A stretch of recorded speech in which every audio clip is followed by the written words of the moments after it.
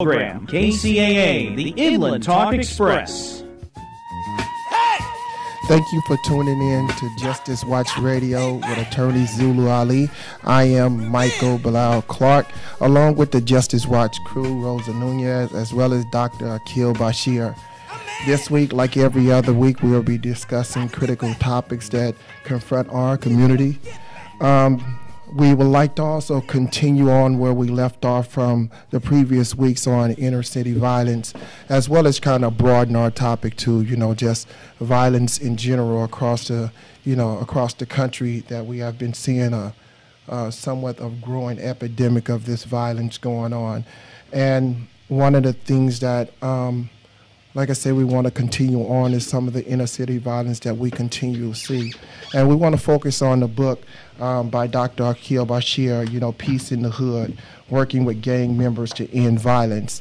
And it is a very good reading for anyone who wants to deal with some of the violence that we're confronted with in our inner city communities, as well as abroad, because I think it's universal in terms of how to deal with violence. While going through the book, I kind of reflect back on, the early years of gang violence, especially back coming up in the 80s. There was a high violent rate. There was the murder rate was, just off the chain back in the 80s. And I'm looking at it then and then looking at it now. And, one of the questions that I wanted to pose to you coming on into this was whether or not there's been any type of change in terms of gang violence from the 80s on here. As well as, I was reading one of the chapters in a book that talked about as far as individuals being able to get out of the gangs once they're into the gang. And I don't know whether or not there's a difference in terms of culture, in terms of the Hispanic gangs and the black gangs, whether it's easier for someone to get out of the gangs, culturally, if you can understand what I mean by that. Mm-hmm. But those are the things that I wanted to raise, while reading the book. I wanted to see whether or not there has been a change in the violence from the 80s up until now, as well as individuals that might be listening and that might want to get out of the gang. Is there a way to get out, Well, good questions, Bilal. In reference to gangs in general, I really want to be clear. The book was not written to deal with just gangs. Mm-hmm. When the book was written, we had a plethora of gang activity and people not knowing what to do. We had researchers and academicians writing thesis, etc., but no subject matter expertise on the ground. So the book was written to deal first and foremost with the onslaught of gang violence, but then to broaden itself into the larger component of comprehensive community violence. Mm-hmm. And this is what we really wanted to concentrate on while dealing with the gang violence, which so affects most marginalized communities. As I said last week, the root cause of gang violence is not individuals wanting to be in gangs. They're usually situations and circumstances that perpetuate stepping into that Pacific lifestyle. So clearly, and we can talk about how that dynamic came into fruition, my goal was to create comprehensive roadmaps and strategies to deal with all components of violence, person-to-person violence, societal violence, gang violence, municipal police violence, etc.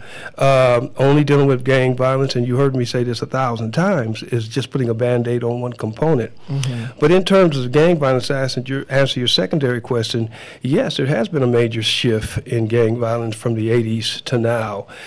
Communities, municipalities, have taken extreme measures to try to redirect. I won't say quail, I would say redirect.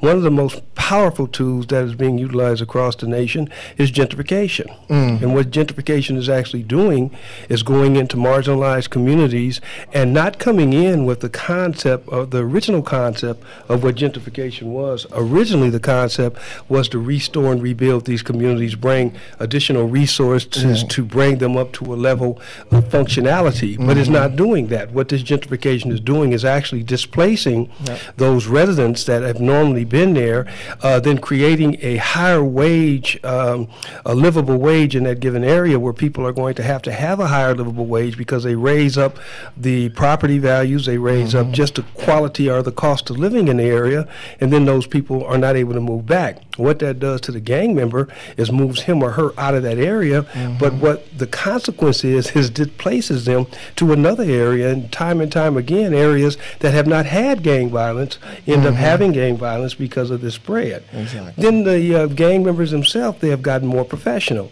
They're not on the ground doing what they used to do. This is what people don't understand. People that employ violence, they will mature, they will flex, they will change based on the nature of how violence is being dealt with.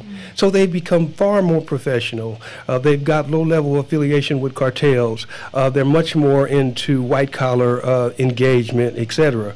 This is very important to understand. Your last question posed was, is there a difference between black and Latino gangs? Yes, there is, a big difference, especially in California. Latino gangs basically control the prison system in California. So the Latino gangs have more of affiliation with the Norteos or either the Serranos. The breaking line is Bakerfield. So there's much more of a combined unification with the Latino gangs. They hold more to the essence of the old caste system, whereas the black gangs, the PI, Pacific Islander gangs, and other gangs, they're more loosely knitted now because they're much more economically driven. They are not unified like they once were, and they're basically spattered all over the place. But the last component, Bilal, is very important, is that the cartels have utilized a lot of the basic street gangs for their dirt work. They don't bring them into the actual family, but they'll use them for their dirt work. And the gangs, because of the ability to transport themselves through the whole country, have moved into regions and areas outside of what the comfort zone of Los Angeles used to be. You'll find them now in Seattle. You'll find them in Montgomery County, heavy, MS-13. You'll find them in Louisiana. I can go on. Places that never saw gangs before are starting to see the proliferation of gangs.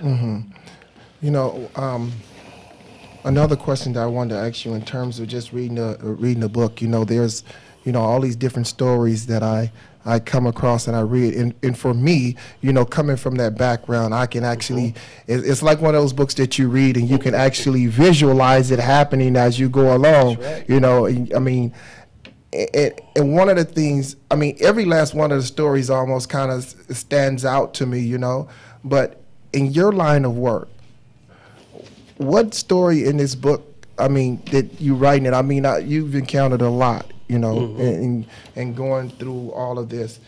What story stands out most? Because we was just going over some of the stuff that you want to read. What story stands out the most to you? Probably all of the stories have extreme relevance, and you know, there's an old saying: a soldier knows a soldier. Somebody real knows somebody real. Somebody who is in and of the work or in and of the culture knows somebody who is in and of the culture. As you read the stories, it becomes extremely obvious that I came out of the culture. And I wear that with no shame whatsoever. In order to have expertise in a given culture, in order to really be able to engage individuals in the understanding of that culture, you have better had your hands in that culture and know what the hell you're talking about. Because anybody that picks up that book, and especially my brothers and sisters who are representing in the gang environment, the first thing they're going to say is, this dude qualified? Is he real? And so they can tell by the stories, oh yeah, he's been there and done that. Probably if I was to pick one, which is very hard to do, it would be the introduction. It would be rock. And the reason it would be rock is because rock, and the reason why the introductory chapter is so long, because it basically deals with every component of comprehensive community intervention within that story. Every aspect, peace negotiation, communication, license to operate. I can go on and on and on. It's all entailed in that introduction. And when I was reading, I think there was a breakdown in it where I think I came across a point where it was like someone wasn't qualified to operate. And so that broke down the talk, because the person wasn't qualified to make those type of decisions. And so the talks broke down, and you had the start all the way back over again, Yes. you know? Yeah, and somebody almost got popped because a homie pulled out a little 4.5 and he was ready to pop some caps on some people. And it also shows, and you know, so many people who have the expertise, they run around here as if they know all the answers, etc. And it really perturbs me because none of us have that capability, especially dealing with the concept of violence. But what that one story, Bilal, showed my flaws also. My team was not on it. We allowed that gun to get in there. We were in a peace mediation. Yeah. Should not have ever happened. So what we had to do at that point, Rosa, was go back and debrief, which came up with the concept of debriefing in all of our trainings. We debrief every situation. Was that the best thing we could have did? What do we need to do in the future, et cetera? We all could have been basically terminated up in that place because of one breach of security, which never happened again. Exactly. Yeah. And you know, I wanted to take this time, and I know we probably never done this on a show, but we just talked about it, whether or not Rosa can read like something from the book and maybe give, you know, and you kind of, you know, chime in on it and give us some, you know, some feedback on what it is that she's reading to us, you know. I mean, because I know you didn't live this, so. Well, I think we'll start off with Rosa reading Hollow Point, and then we'll talk about it. All right. All right, here we go. Hollow Point got his nickname because he packed a 9mm with a 10-shot clip loaded with illegal bullets, and he didn't hesitate to use them. He was a shooter. I was breaking bread with Point one evening, and we got to talking about his life. Where are you going from here, young brother? What you gonna do when you get to my age? What about family, children, a wife? I asked him.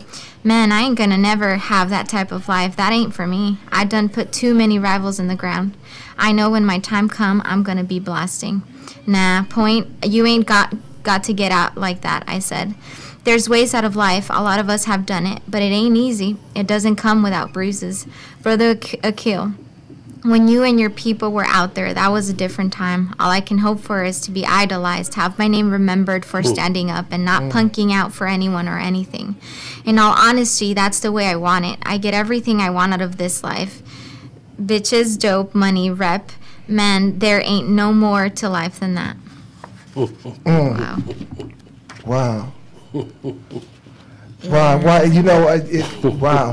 That story sounds typical when you run into some of the, you know, the cats that's, you know, that's hard, you know, and trying to give them the feedback that there is a way out. But man, I'm gonna let you chime in because that's firsthand experience here. Well, there was so much in that one little small story. The first thing you look at is the engagement.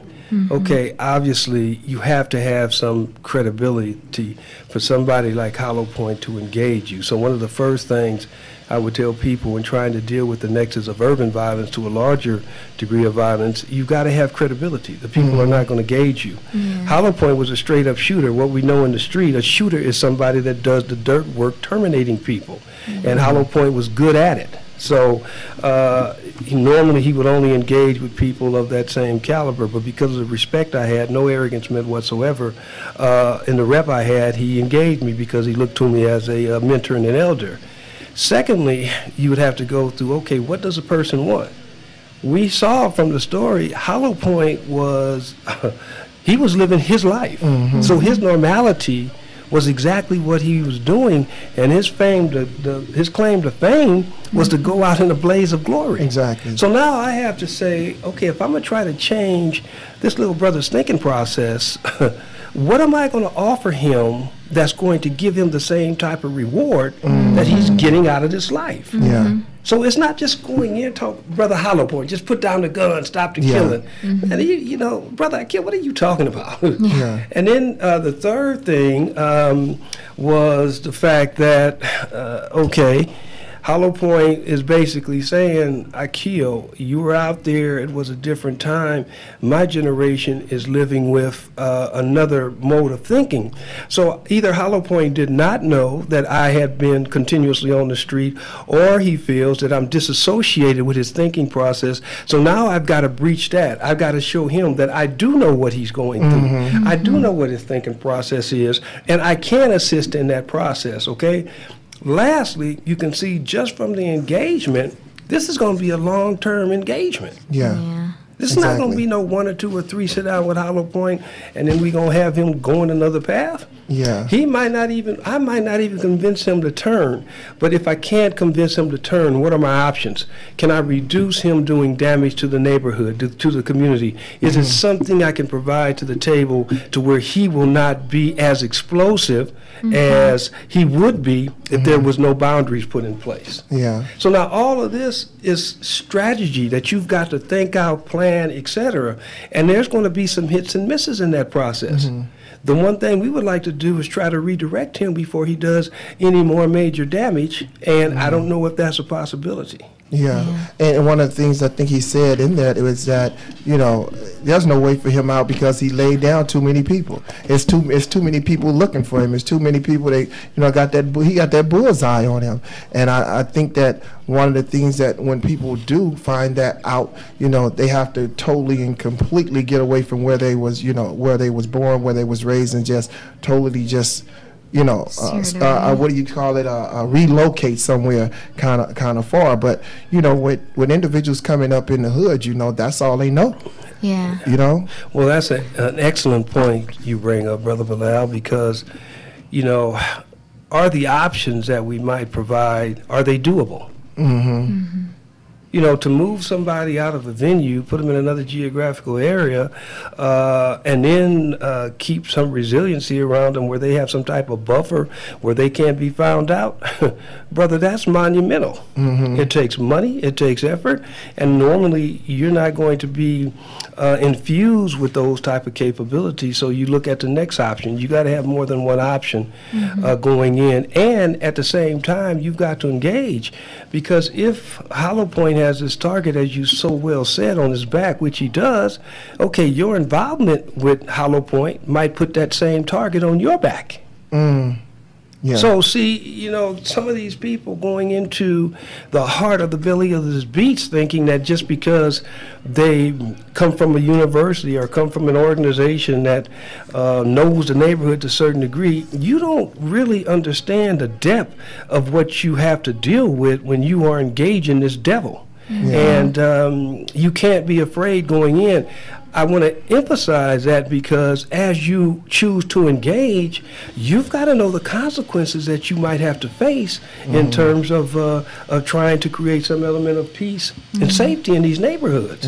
We've had many individuals inclusive in this struggle that lost their lives. I've almost lost my life on quite a few occasions, and the book echoes those points. But your passion, your drive, and your willingness to give some back to the social context of this society has to be driving you to tell you that you've got to move forward with this process. Hell, at the end of the day, we all gonna die anyway. Yeah, exactly. You know, in my growing up, because I come from that environment, you know, like Hollow Point, you know, you take that name, you automatically know he's about business, you know.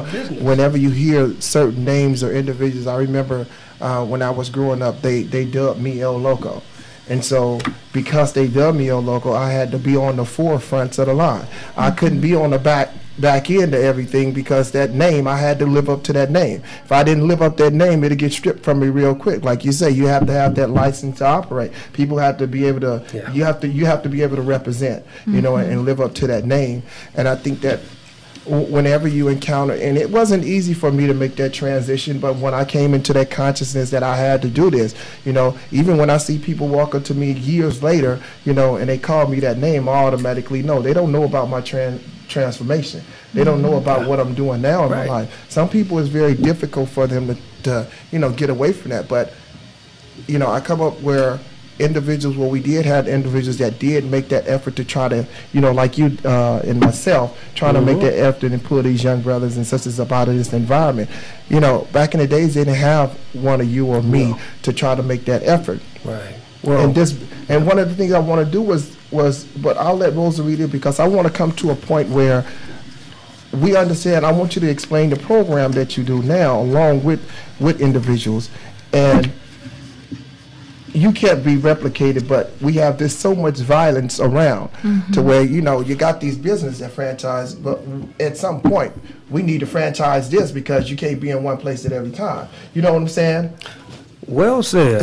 Look, I want to go back, and like I said when we first talked about the book a couple of shows ago, there are certain things I had to put in the book that I would have never put in the book because I was taking them to my grave, not because I was ashamed of them or anything of that nature.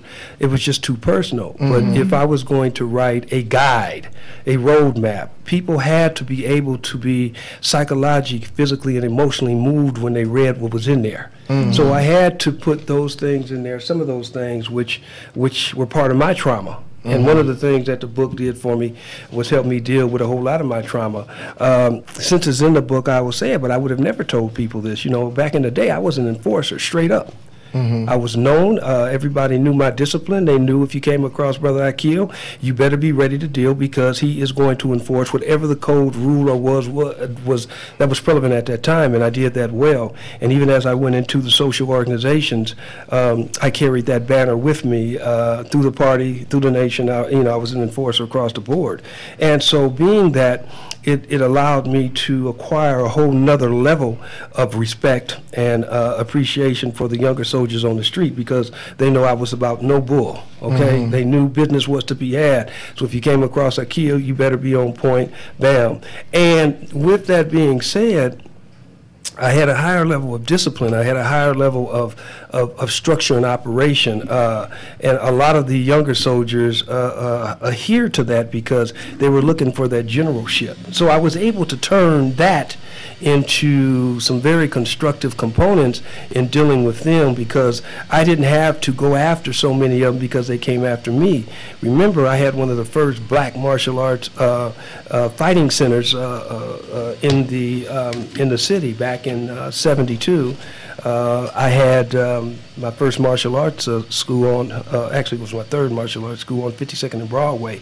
So a lot of the individuals from the different sets were there. We had the Malcolm X Center down the street. We had the First Orthodox Maz, Zaids on Vernon at the time.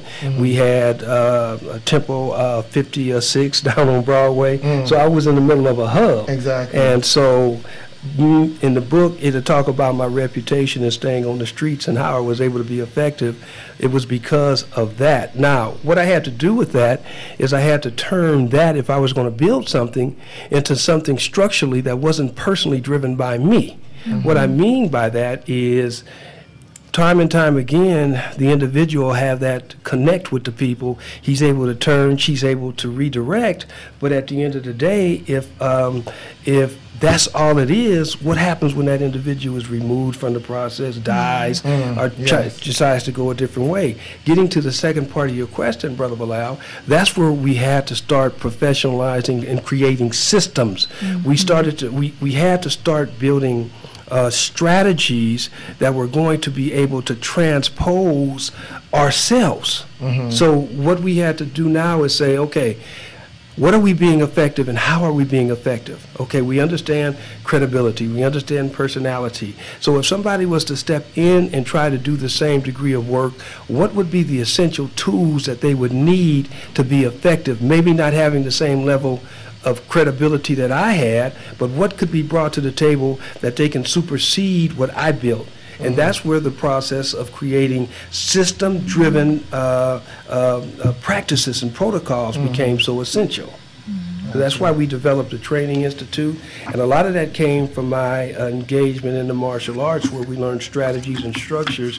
But the book end result was to create a whole complexity of situations and then build out how you would deal with those situations with a process. You notice after each chapter, what we read on Pigtail, Rose is going to read Pigtail, I know. Each of these things represent the actual story which gave you the feat or the situation. Now we went in reverse and say, okay, if this situation was to happen again, what would be the steps that would be needed to take to redirect Hollow Point, Pigtail, Lou in a different direction? Got you. That was the concept. Oh, okay. Got you. Wow. Okay, on that, Rosa, Well, here we have the story of Pigtail. so it says, Pigtail got her name from her hairstyle. She combed her hair into 2 balls on the side of her head, kind of like Mickey Mouse ears. She was a small 15-year-old who made up for her lack of height with a firecracker personality. Responding to people with aggression and violence. I had grown up with her father, Slim. We'd gone through some hell in the streets together. Slim called me one day to ask me to enroll Pigtail in my karate school to straighten her out because she was getting in deep with a girl gang. I'm afraid if I don't step in, she's going to end up locked up or dead, or I'm going to end up eliminating some people, he said. When I saw Pigtail arrive at class with Slim, she was hanging out of her car talking smack to people walking by, her usual self.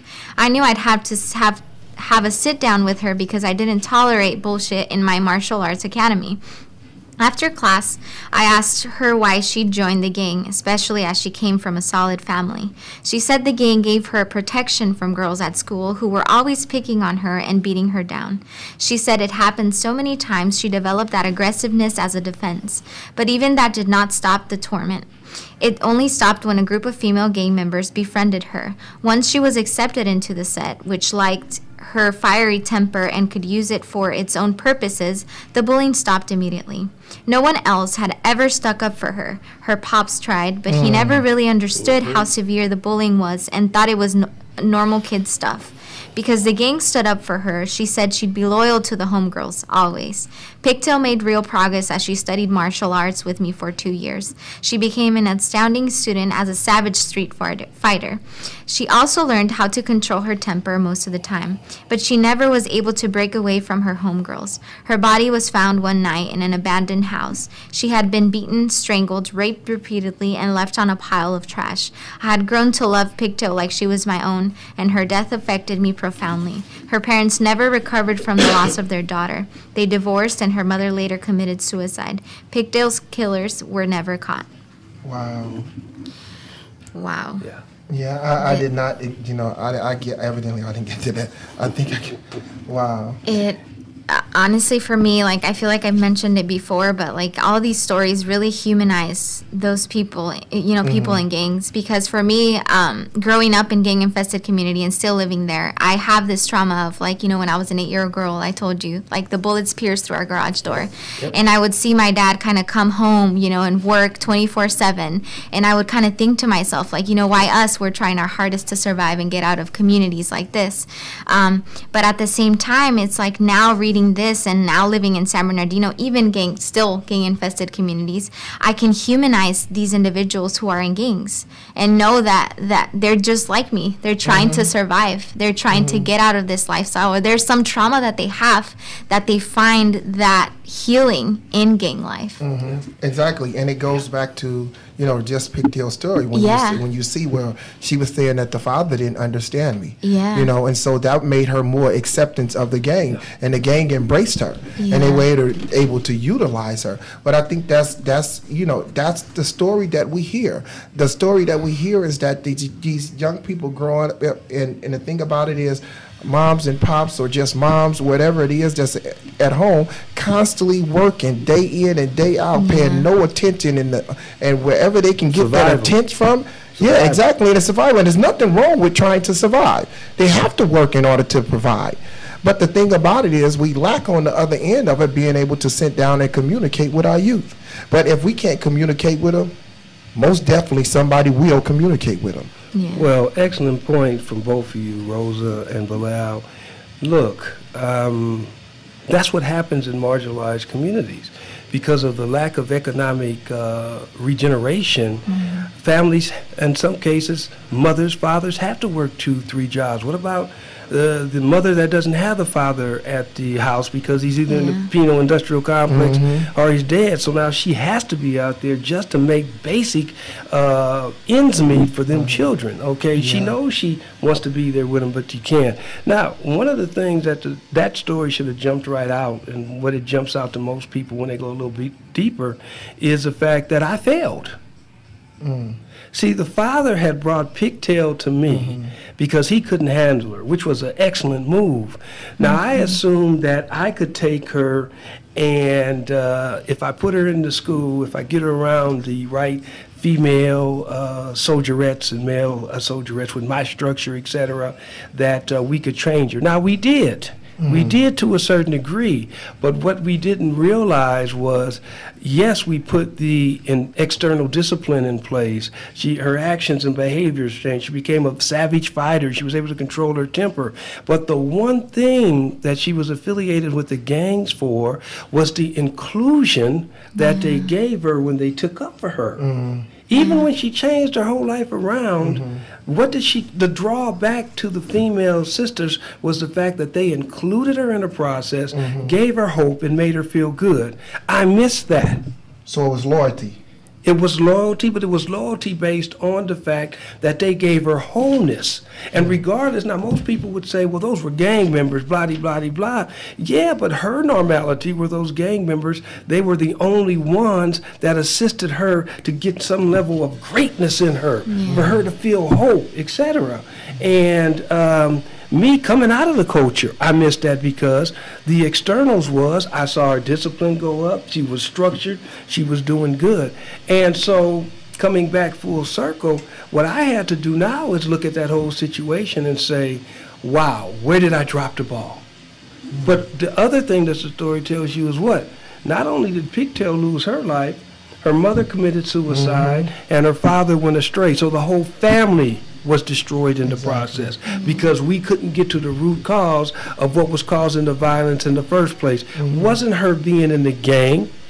It was the fact that it was a lack of inclusion. She was bullied in the process. She didn't feel hope. Her father was not able to get to her, so she didn't have an external reach out. There were so many components that were missed that had to be brought to the table. Wow. Yeah. And I think we have a caller. Yes, Hey. I'm calling in because I just see you guys talking about Hollow Point and Pigtail. I knew a lot of Hollow Point. Knew a lot of Pigtail.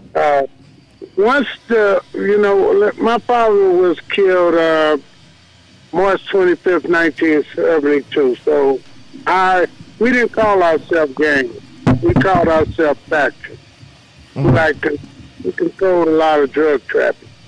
And as far as the hitters, see, once you get involved, like I got in the game in 75, so it was a full-scale war going on. Just like some people who went to Vietnam or Korea, I'm in the war on the streets. And it's not, and your mentality really changes. Like, I really haven't been out of the game since January 15, 2012. It's a conscious decision. Like even the street documentation is so strong. It's stronger than drugs. It ain't like but when you really a knock around person, you really kind of enjoy it. Only thing, I went to 4 funerals in 1 week, and they didn't get killed at the same time. And it wasn't people I seen walking up and down the street.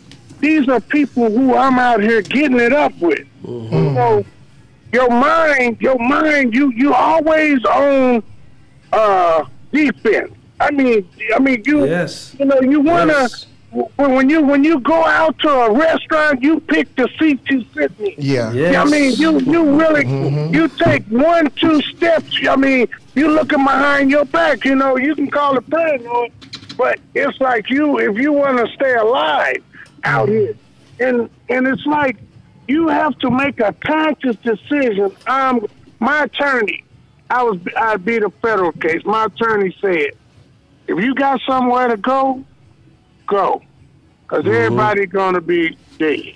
And he was trying to, and he put it to me in a way. I said, "What you trying to say?" He told me they took a vote. Because, see, when I call a federal case, see, a lot of people, they look at, when they ain't in the game, they don't really know. When you really in it, you catch a fair case, you know where the bodies is buried. So people look at you like, hey, will he flip? Your life is in danger, partner. You might think, oh, these guys love you and everything. Okay, they'll blow your brains out. They take a vote. They think you weaker than you think you strong, you going. Yeah. And it be your friends. I knew guys out here that would kill you and help your mother bury you. help your mother It's build. normality. You know, so when we got to give them the flip side. I have a hard time getting in places, talking to people, but it don't deter me because I know I have something to say. But I listen to you guys and it's like, I know so many hollow points. A lot of them got 5 life sentences, you know, or was put to death. But I know some girls, fine, beautiful. You have to watch them before, because they'll smoke you quicker than hollow point. Yes, they will. You know. So anyway, you know, I know you guys are doing a great job. Y'all, you guys, and the main thing, you guys really trying. Yes, sir. But, you know, we got to get more people that really want to try, you know, to turn it around. Because, see, I'm not really mad at these white people out here taking care of their own. We the ones got to, if we going to solve our problem, we got to do it ourselves. Most You know, definitely. ain't nobody coming out of the sky. You know, they put it on the church and all that. The churches ain't doing nothing for the community. Yeah. You know, which they should be. Yeah. They getting the money, but they ain't doing what they should do. We the only ones that can get our own self out of this hole. The only ones that are going know- to save us from us is us. Exactly. That's right. That's right. 100%. You know, Appreciate you guys taking my call. I know you guys y'all really trying to turn this thing around. We just need more of you guys. and we need need brothers like you too. And appreciate your voice. There's a big difference between elders and olders.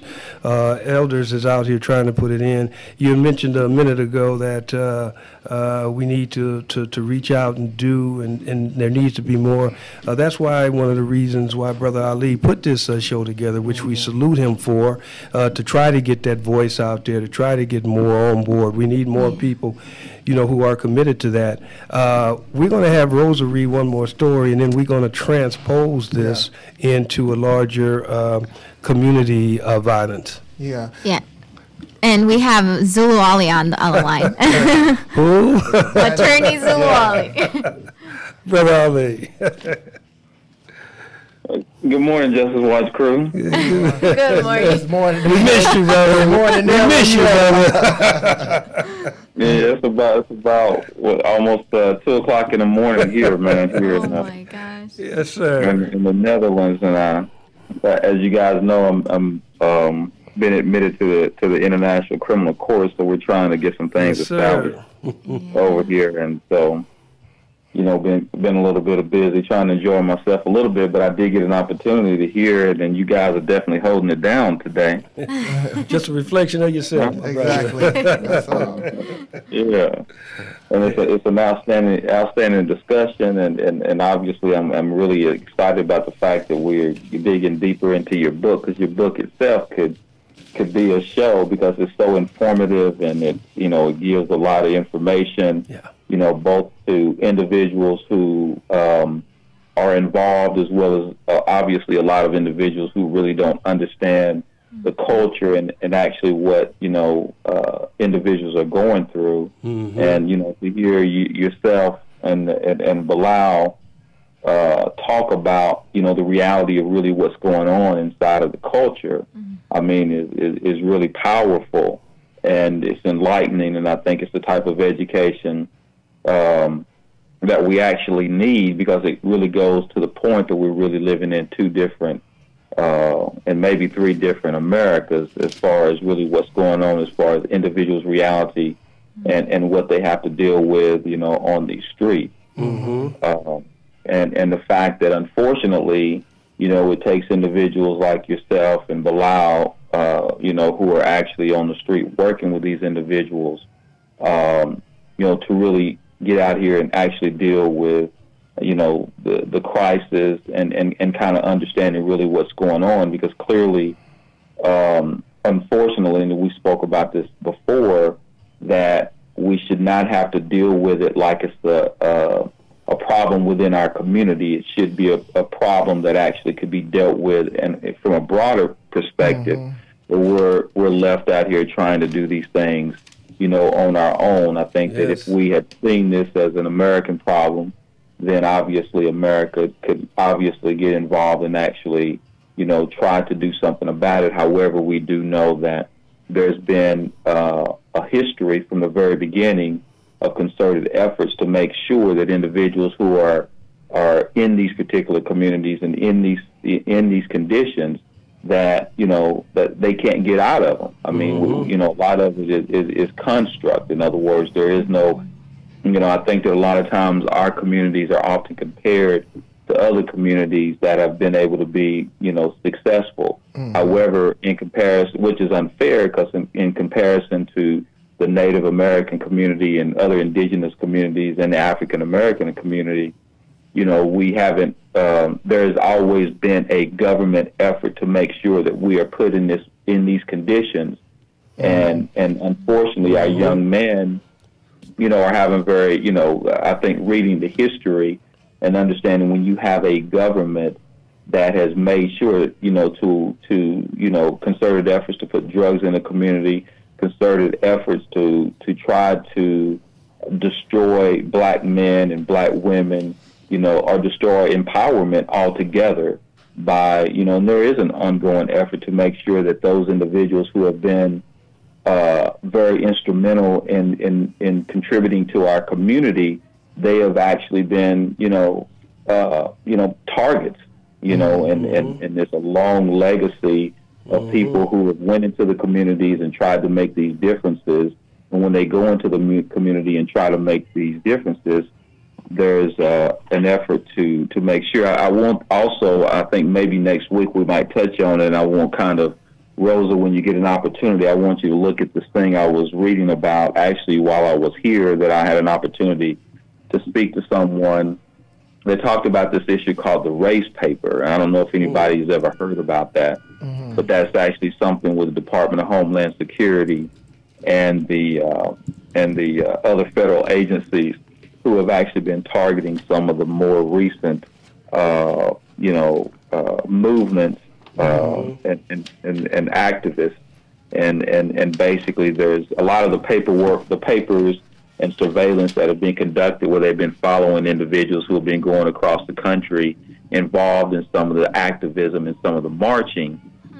These individuals have actually been surveillanced by the federal government, and it seems that this effort has been, kind of, is very similar to the COINTELPRO operation, and been targeting, African American activists. So we get it from all points. We've got them putting poison in the communities, and then on the same, breath, when we have individuals who are actually in the communities trying to make sure that they're doing things to make things right within the community, oftentimes they become, targets.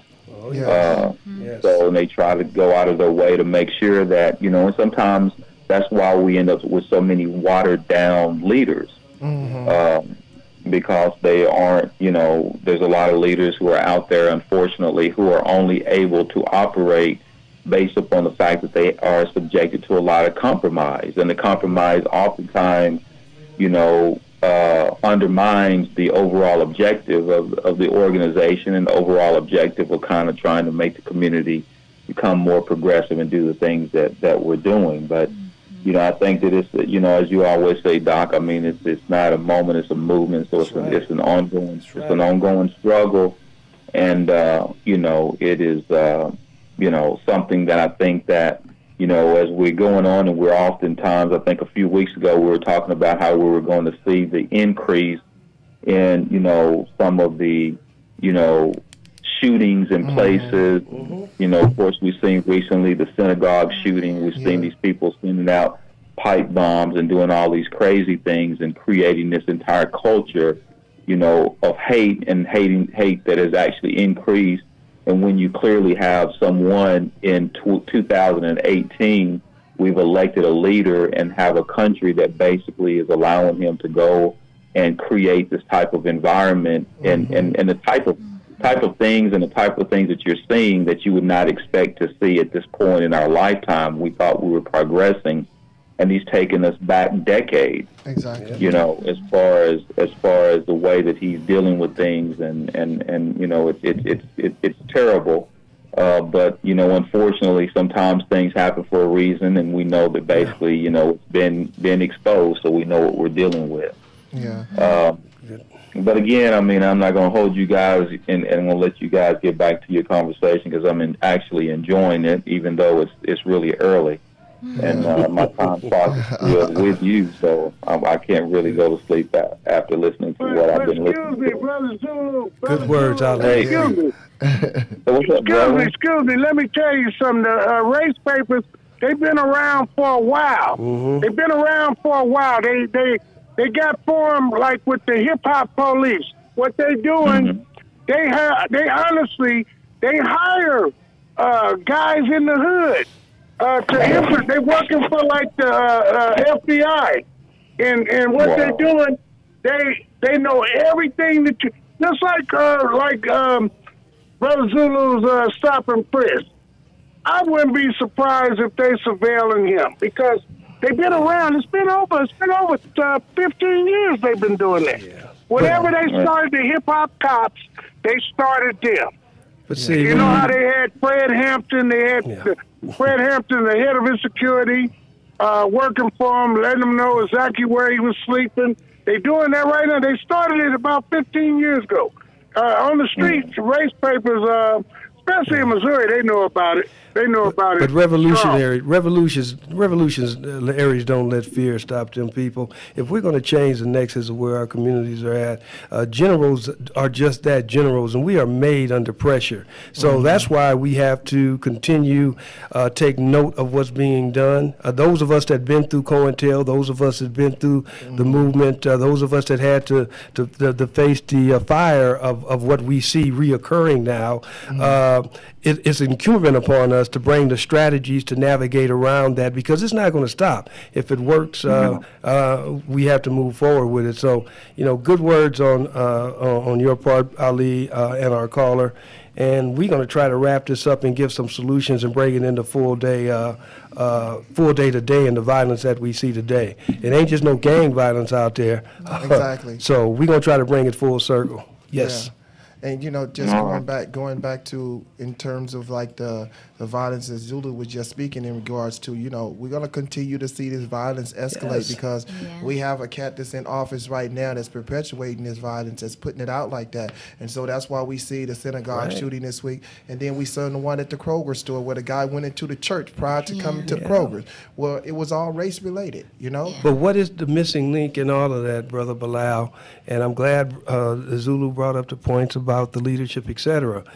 You have to give the people response capability. See, you cannot wait for a suppression or a suppressive movement to come in and do diligence for you. Our people are not getting the skills and the tools and the capabilities to go out and engage. And that's what I want to talk about before we get off this thing. You cannot, in this environment today, sit back and not propel yourself to engage some form of violence somewhere in your lifetime. It is going to happen. Exactly. And our communities are not getting the tools and skills, and that's what we've got to do. So Rosa's going to read one more story, and then we'll talk our way out of here. Yeah, and here we have the story of Julie. It says, I had known Julie for many years. In her younger days, she had skated on the edge of gang life, largely through a boyfriend who was in it. But as she matured, she left all that behind, got married to another guy, and was focused on raising their 2 small children. Then that old boyfriend resurfaced. He had never accepted the fact that Julie had left him. He used to say that she belonged to him and would always. After going along with that for years, Julie finally packed up and left. She didn't see him again until he re-entered her life with a vengeance. In a fit of jealousy-driven revenge, he murdered her husband and 6-year-old daughter, strangling them as well as torturing her husband. Julie had seen the horrific display of their bodies in their home before she called me, sobbing. I stayed with her for hours at the scene, later taking her for coffee so she could collect her thoughts. She often stared blankly as we talked and made a plan for her to stay with her sister. Following interventionist protocol to assist victims, I kept her company until the sister arrived and promised to follow up with her the next day, confident that she seemed as stable as she could be under the circumstances. One of the toughest parts of the interventionist job is seeing the victim's family at the most painful point of loss, usually either at the crime scene or at the hospital. This is where they may first learn to of their loved one's premature death, bear the full frontal assault of being a bullet-torn body, or witness their relative's last breath. Sometimes it may not be a death, but a catastrophic injury that can leave family members struggling to grapple with the prospect of giving lifetime care. The expression of anguish and agony can be overwhelming. In my opinion, this is what takes an emotional toll on the interventionist more than the actual violence. Now, if you went through the end of that story, what Julie ended up doing was killing herself and the last daughter that she had.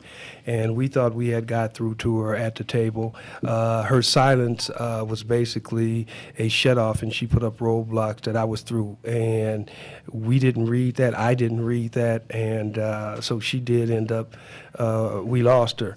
And that's the healing part. And it would be, I would be remiss if I didn't go into some quick strategies. And that's really what I wanted to get through. You know, if we're going to deal with the violence, first and foremost, we have to have what's called primary prevention, which means out front. This is where we have to have strategies for the entire community to be safe and to strive. The objective in being out front is to stop violence before it occurs. That's comprehensive prevention. That's unfortunately where most municipalities stop. Then once we do that, we have to move over to principal intervention. And what principal intervention is basically where we are in the moment. Once everything is going on, we've got to get in there, intervene, and try to navigate. It supersedes, it surpasses prevention, because prevention, for whatever reason, didn't work, or we stepped into that violent situation while it was ongoing. The objective is to intervene at the first sign of risk, counter effectively when violence occurs. Lastly, if we were able to do that, we come to our last point, which is tertiary engagement, which basically means recovery. Julie needed a state of recovery, and it was certain components that should have been brought to the table, but we didn't have the time. She took her life, and she had gave up too quickly. The objective is to repair and restore. We got to repair and restore our youth, our families, and communities affected by the violence, whether it's gang violence, person-to-person violence, etc. So out front, in the moment, and recovery. That is our overall larger strategy. Then we got to get more specific. We got to come in there and say, well, okay, what are the tools we've got to have? We've got to be able to engage, like I mentioned last week. Engaging means we've got to be able to deal on all levels, whether that violence is family related, community related, etc. We've got to be able to make an assessment, go in there and say, this is causing that. We're going to have to deal with that as well as the individual. Once we engage, we've got to be able to respond. We either got to have crisis response unit. These are practitioners who understand what the hell they're looking at, how to go in. If something happens, critical debriefing teams, people that have the skills to go in there and not only stop, but re-heal and create that healing process, as well as some short and long-term strategies. Then we go into operate. We got to be able to operate at every function. We got to bring equitable services in. Once we establish that stability, what are these people going to need to create some type of stableness, both in the short and long term? And you heard me mention that, both of you, many times. Then we have to collaborate. We've got to bring everybody to the table that can get those equitable services in to repair our community and make it heal. Two more, and then lastly, we've got to build bridges. We've got to start building the componentry to where we can take these individuals who are traumatized, who are in a state of crisis, and put them in different environments, as you mentioned earlier, Bilal, where we can get them out of that nix. So we got a whole wraparound strategy there. Exactly. Besides what you have, besides the organization that you have right now, do you know of any other organizations that actually do what you do? Oh, yeah, we collaborate across the nation. Oh, okay. You know, we train. That's one of the reasons why we have a training center. But everywhere we go to train, because we're practitioners, we on the ground, we create that safety net, that holistic safety net that I talked about last week, to where we've got these, not only cities working with each other, but these different groups. We got out here the Reverence Project, Brother Achilles Sherrills. We got in Montgomery County, Luis Cardona in the Sun program. So we building, I can go on and on and on, but for the sake of time, everywhere we go, we build a larger safety net, and we all working together. And this is ground level practitioners who come out of the work, who understand violence well. Okay. We work with universities too, USC, UCLA, Chicago School, the Alliance International, etc. Okay. Okay. Wow. So I mean, this been a very enlightening show, you know, especially going through your book and being able to see some of the stories, you know, and you being able to kind of, you know, walk us through all the stories that actually been read, you know. It's been an eye-opening experience or eye-awakening for me just to hear you speak about that. But the book is on at Barnes & Noble and Amazon. Okay. So thank you for tuning in to Justice Watch Radio with attorney Zulu Ali. I'm Michael Bilal Clark, along with the Justice Watch crew, Rosa Nunez, Dr. Akil Bashir. We'll see you next week, same time, same place. Until next week, stay blessed.